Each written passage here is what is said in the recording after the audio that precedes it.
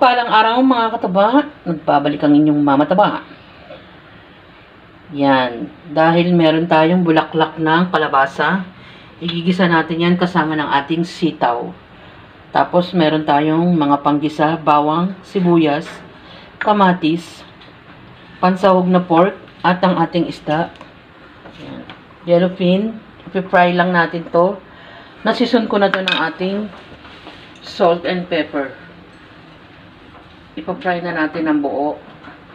At hindi naman masyadong malaki. Ayan. Ayan.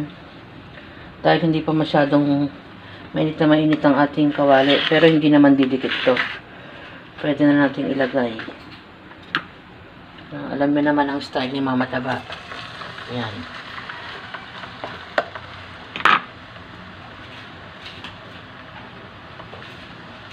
Luto na yan. Maya-mayang konti. Pabalikan natin. Takpan natin. Na-fry ko na ng kaunti ang ating pangsahog na pork. Lagay na natin ang ating, yan. Nailagay ko na pala, hindi lagay na natin. Nailagay ko na yung bawang sibuyas.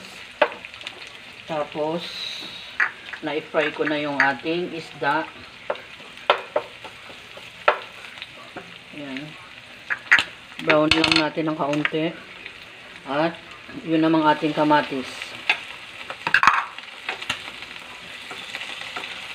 Tabayaan muna natin dyan para lumambot ang ating kamatis. Bago natin ilagay ang ating ibang ingredients na gulay at mga pampalasa. Ayan, balikan natin. Ayan. Press lang natin ang ating kamatis at nilagay ko ng ating sitaw. May nahalong isang dahon, pero okay lang yan. Dahon ng ano yun? Kalabasa. Kasi madali lang maluto ang ating bulaklak. Lagay natin yung siling green. Tabingin na. Maglagay tayo ng mga pampalasa. Ajinomoto. Paminta. At konting water to na may bagong isda, mga kataba. Yan. Tinimplahan ko na yun. Huwag lang mapaalat. Adjust lang tayo. Pakuluin natin ng kaunti. Saka natin nilalagay ang huling ingredients na bulaklak ng kalabasa. Yan. Nag-iiba na yung ating sitaw. Halos paluto na. Lagay na natin ang ating bulaklak ng kalabasa. Lubog lang natin ng kaunti para maluto. At haluin natin. Kasi sandali lang maluto ito. Mga ilang minuto lang. At makikita nyo dyan, syempre, luto na yan. Yan, saka natin takpan uli. Yan.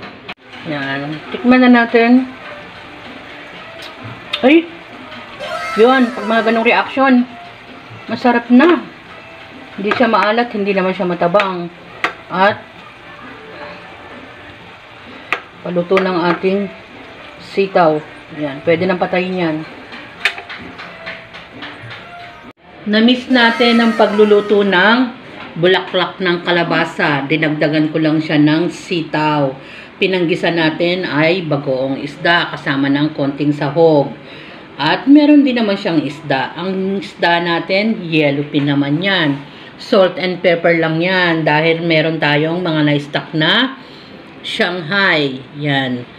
Sinama ko na rin ang ating konting Shanghai. Yan ang ating magkapares mga kataba.